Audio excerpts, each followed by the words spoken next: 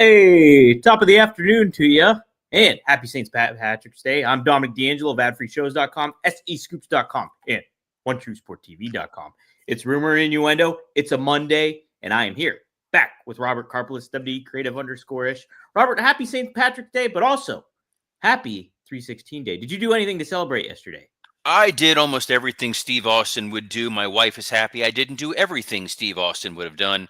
That's right. I don't care. This is a less kind, less gentle, super pissed off Robert. Happy to be here today. I'm just I'm thrilled that Raw starts at 3:00 in the afternoon Eastern time today. I get my Monday night back tonight, which is exciting. Get to go to bed at a reasonable hour. That'll be a lot of fun.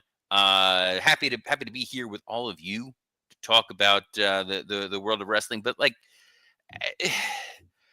this, so they're doing this Raw in Brussels. All right. Yes. In Belgium.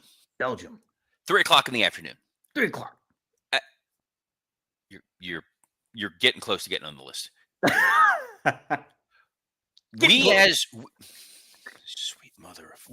By the way, I'm also going to point out you forgot to upload this to SE Scoops Live. So. Oh shoot! Well, there you go. There's a quick damn it, Dom, for you to start the show. I went to go retweet, and I'm like, can't even get that done.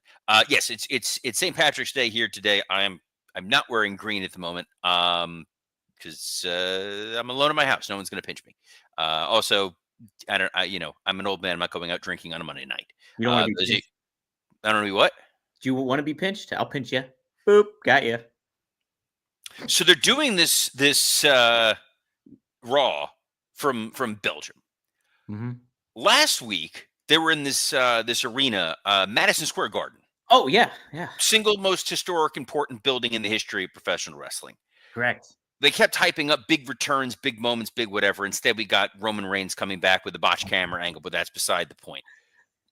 As wrestling fans, we have waited over 20 years for the official John Cena heel turn. Yes, when John was first there, he was a heel. I get it. He wore the jorts. He rapped. That's it. That doesn't count. This is what we as wrestling fans have waited for, and they could have made it an epic, historic moment in Madison Square Garden. One of those things they replay, like the Steve Austin stunner to Mr. McMahon. Like, what an iconic moment. Instead, we're getting this in Belgium. All due respect to our fans watching us in Belgium, which was such a beloved city that we used to use Christian to make fun of it all the time whenever he would cut promos. But English is not the first language in Belgium. Number one, I'm not saying anything controversial at a turn. This isn't turning into the Joe Rogan experience all of a sudden. But number two, that crowd has not had a televised episode of Raw possibly ever. They can go back. Maybe there was one. I don't know. That audience is going to be so happy to be there. Yes. They're going to be pumped and thrilled and excited and cheer for anything that they give. They could have given them the limp-dicked, half-assed version of SmackDown we got on Friday. That pre-taped episode from Spain where they're like, well, Axiom's from Spain, we guess. Let him go wrestle Gunther and let's pretend that this is a big-time match. Like, that's all you could have given these fans and they would have been thrilled. Instead, they're getting what is potentially one of the most consequential promos of the last 20-plus years. Number one, you hope that everybody in that audience is going to fully understand everything that's being said. As someone who speaks one language and one language badly, despite taking 5 years of Spanish and I took Latin because you needed law school, other nonsense. When you hear like an Asuka promo and she's speaking in Japanese, you can kind of tell the tone of what's going on, but you can't catch the nuance of all those words. John Cena is a wordsmith. So you really want to be able to parse the different things that he's going to say in front of this crowd that is an international crowd that doesn't necessarily entirely speak English and is going to pick up every word, every letter of what he has to say. Number two, they may just cheer and be excited because this may be their first and potentially last time they're ever seeing John Cena. Yeah. So they need to be on board. Like you're going to see Rocky Horror and be like, all right, I need to play my role. Yes, I'm excited to see John Cena. Yes, this is a man I've grown up watching for the last 20 plus years, but now he's going to be out here and we have to boo him. There's the comment here from Devin Dowling that was building up something I was potentially going to say, which is Bully Ray, look, if we're starting off with what Bully Ray said, we're already in trouble here. But He said this morning John Cena should come out to no music at all and not even say a word, not wearing his normal jorts either. I don't anticipate John Cena is going to be dressed the way that we normally see Cena. I would be completely shocked if we got John Cena's music. The idea of him not saying anything is possible. He did that shtick during the post-show press conference. We saw him go out there and drop the mic and walk away. So there is the possibility of that. You are setting the tone right now for the rest of the build for WrestleMania, for what may be the single biggest story they have going into this year's show, which is the Cody Rhodes John Cena match. Mhm. Considering we've now gotten 3 versions of the exact same Cody Rhodes promo. SmackDown a week prior, Raw Monday night, SmackDown Friday. Like, dude's got nothing else to say or do. He needs something to feed off of. And John just coming out there and short of doing I did it for The Rock and then leaving, I don't know what the hell I don't know. It's like I don't know what they're really going to do and get the maximum effort out of it. The biggest surprise for me last week was on Raw from Madison Square Garden. That crowd, which can be a smart crowd, can be a cynical crowd, can be an angry crowd. They were all in on Cody. Oh yeah. They were chanting sucks. They took that emotional journey with Cody Rhodes. They love this guy. They dig this guy. That should have been the environment. That should have been the spot. Instead, at 3:00 Eastern Standard Time, when I will be in a meeting, in case my boss asks, with Raw on in the background, watching from Brussels like everybody else. But this doesn't feel like the time or the place there, Mr. D'Angelo. Yeah, I think you raised a lot of valid points too, where it's just like, okay, yeah, this is the last time this country is going to see John Cena, and what kind of reaction is he going to get? You're kind of, people are going to be excited to see him, but you have to hammer home the point. He's the big heel. This is like an historic moment, and we're getting it. Yeah, midday. I thank God you told me, because I would have just waited till like 8 p.m. tonight to watch Raw and not even thought about it. I get the flex here. This is the thing that WWE is really trying to show off, which is, yes, they are a Monday night annuity. Every Monday night at 8:00, people are going to tune in. They're going to watch this live. If they can show that they can draw an audience around the globe when it is live at 3:00 Eastern, noon on the West Coast, those of you watching us in California, or let's say, Spokane, Washington, pick a random place. They want to be able to show, look, we can draw an audience at any time. We're going to put up big numbers. And if you're watching us in Spokane, Washington, and you're watching Raw at noon Eastern, it's going to be lunchtime. Yes. And you're going to be wanting to pay attention to every minute of what they got on this episode of Raw. You don't want to miss that John Cena heel turn promo. And the last thing you want to do is be wasting that time cooking yourself lunch. So we're going to talk to you about our friends at Factor.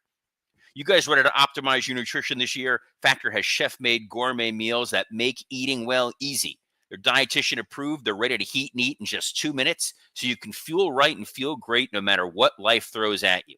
Factor arrives fresh and fully prepared, perfect for any active, busy lifestyle. You can lose up to 8 pounds in 8 weeks with Factor Keto Meals. Based on a randomized controlled clinical trial with Factor Keto, results will vary depending on diet and exercise, but with 40 options across 8 dietary preferences on the menu each week, it's easy to pick meals tailored to your goals. You can choose from Calorie Smart, Protein Plus, or Keto. You can eat smart with Factor. Get started at factormeals.com/factorpodcast. Use code factorpodcast to get 50% off your first box plus free shipping. That's code factorpodcast at factormeals.com/factorpodcast to get 50% off plus free shipping on your first box. Oh, heck yeah. You got some little hat tip from Jeff Henninger. There's, oh no, the wrong one. Sorry. Devin says, nope, sorry. Devin says, dude, that's why Robert's a pro. That was smooth. I was not smooth on that. It's almost hard to believe, Dom. The great professional. Yes, thank you, Devin.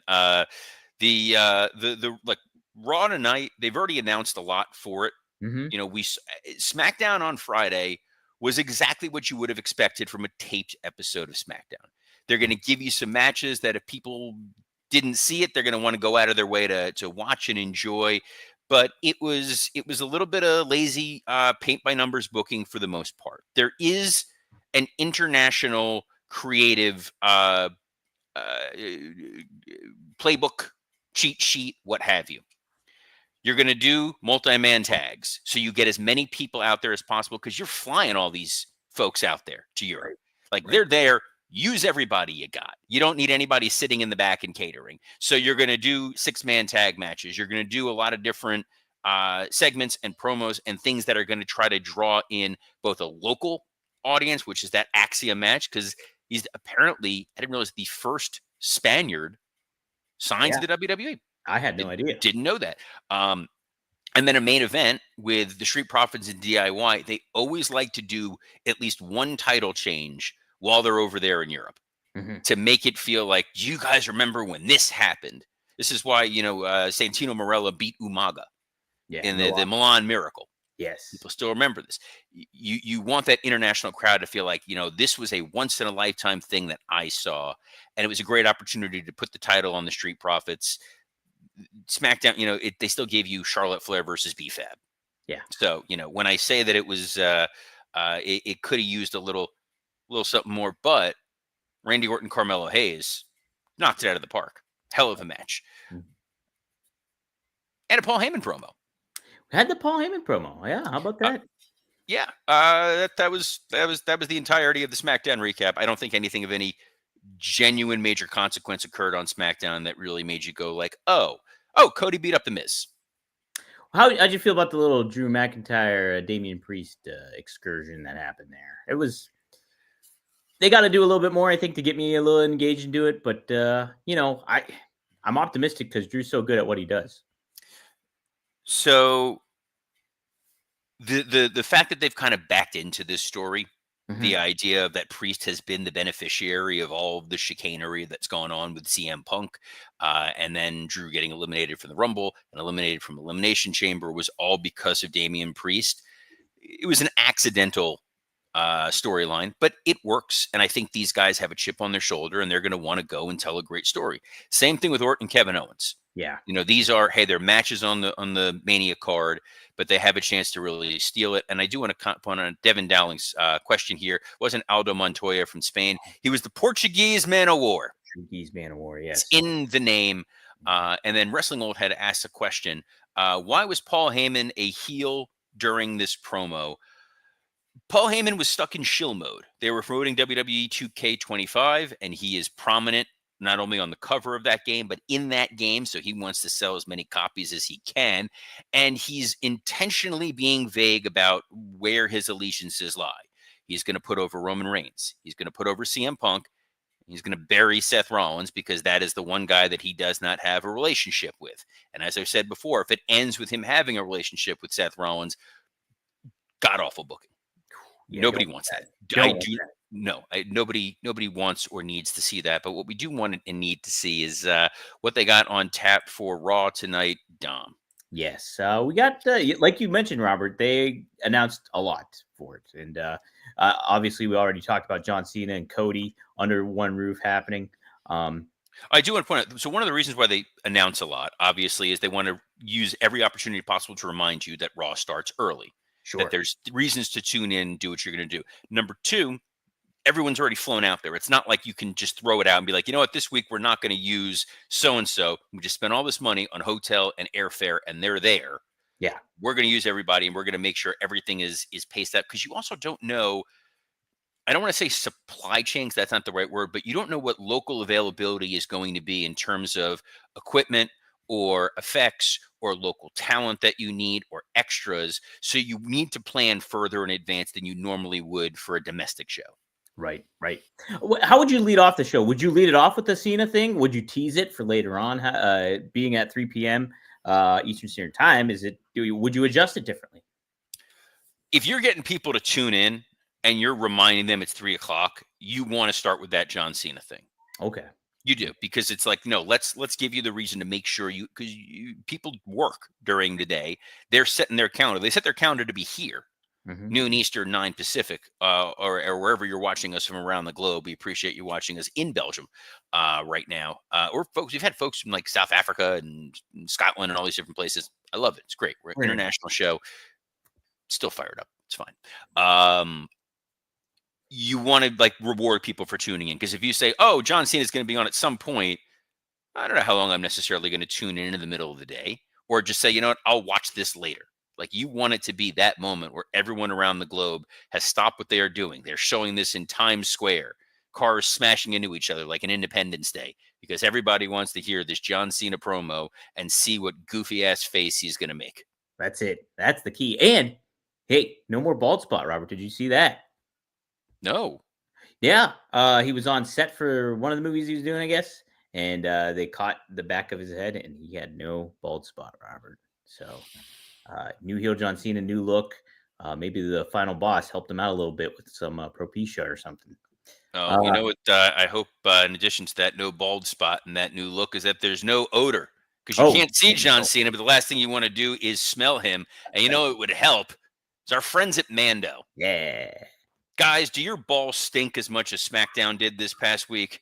Tell us. Now we're gonna talk to you about something that's gonna help correct this. It's gonna help correct your whole body odor situation across the board. Doesn't matter where you're watching us, morning, noon, or night. That is something to be cognizant of. And Mando is a whole body deodorant. It is safe to use anywhere. They list the body parts. It's a family show, but you know what? The hell with it. It's your pitch, your balls, your thigh holds. I don't even your thigh folds, thigh holds. That's an interesting term. That's what the gal's holding on to. Your belly buttons, your butt crack, your feet. It's created by a doctor who saw firsthand how normal body odor is being misdiagnosed and mistreated.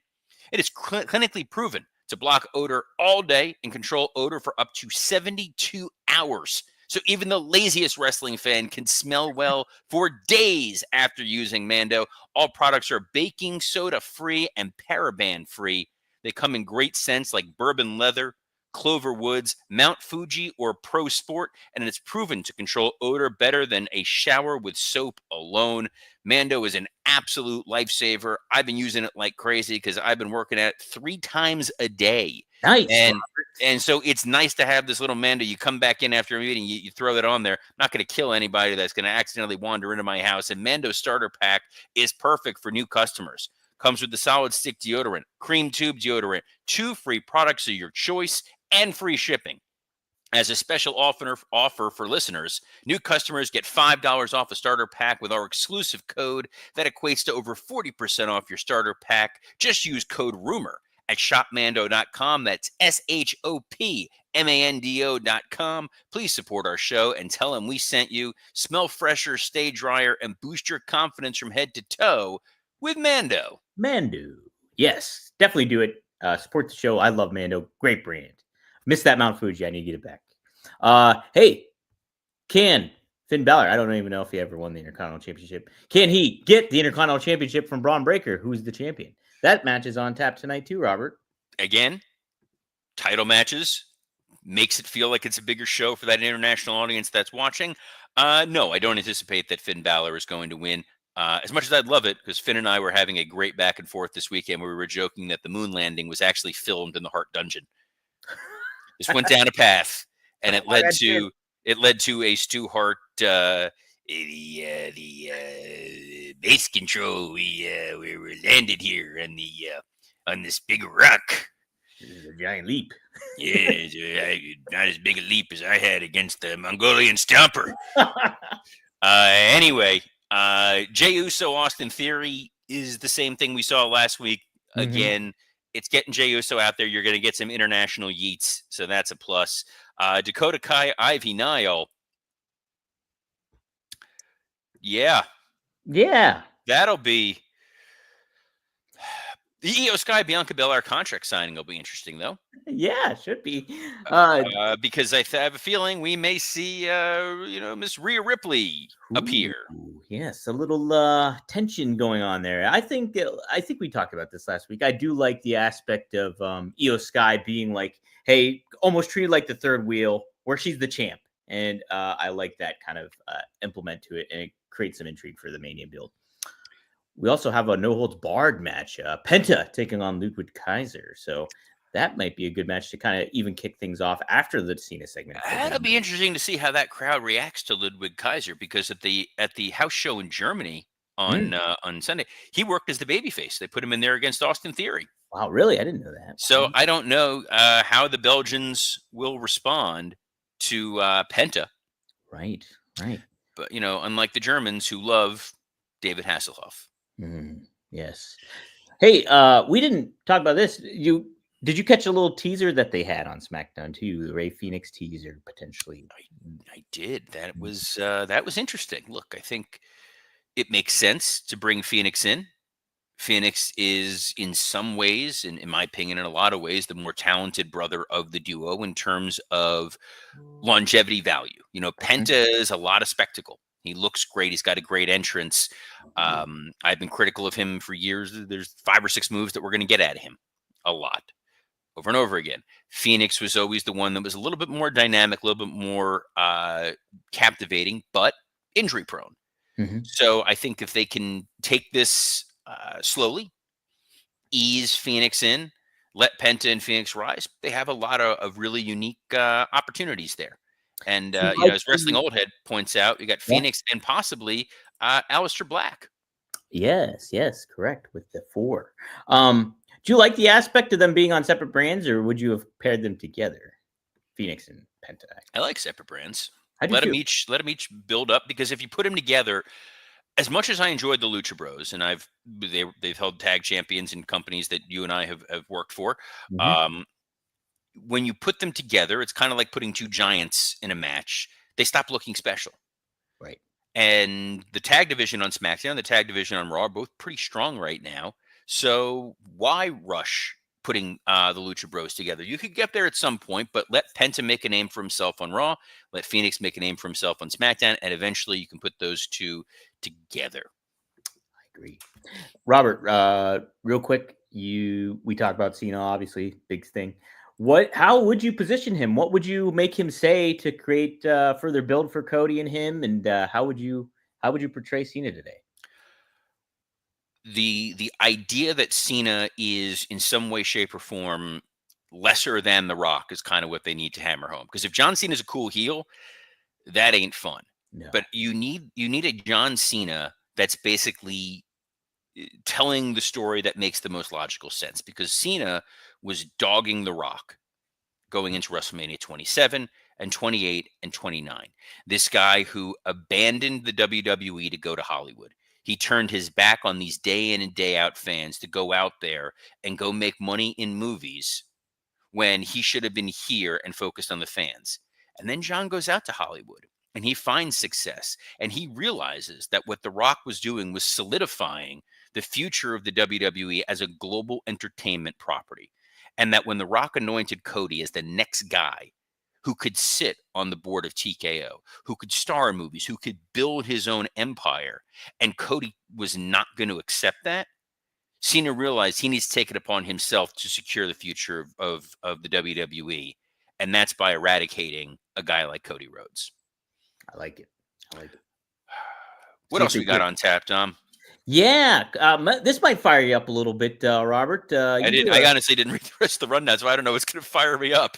I was already fired up in the Cena thing, but here we go. Well, we do a show called Working Stiff, and it used to be called Wrestle Roast. Oh.